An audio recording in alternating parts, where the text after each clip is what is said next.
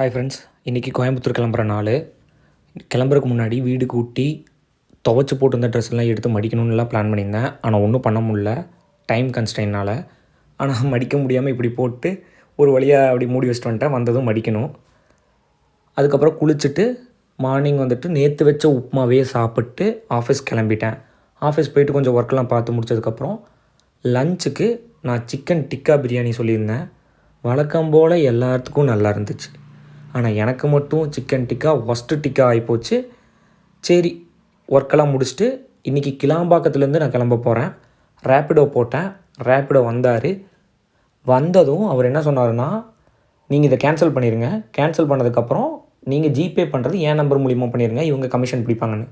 Cancel பண்ணிட்டேன்னா, ஆனால் அவர் helmet போடல, ரேஷ் டிரைவிங்கு. நமக்கு ஏதோ ஒன்று ஆனால் கூட கேட்குறக்கு ஒருத்தரும் இல்லை. நம்மளும் யார்கிட்டையும் கேட்க முடியாது. இந்த தப்பை நான் பண்ணிவிட்டேன், நீங்கள் பண்ணிடாதீங்க ஃப்ரெண்ட்ஸ்.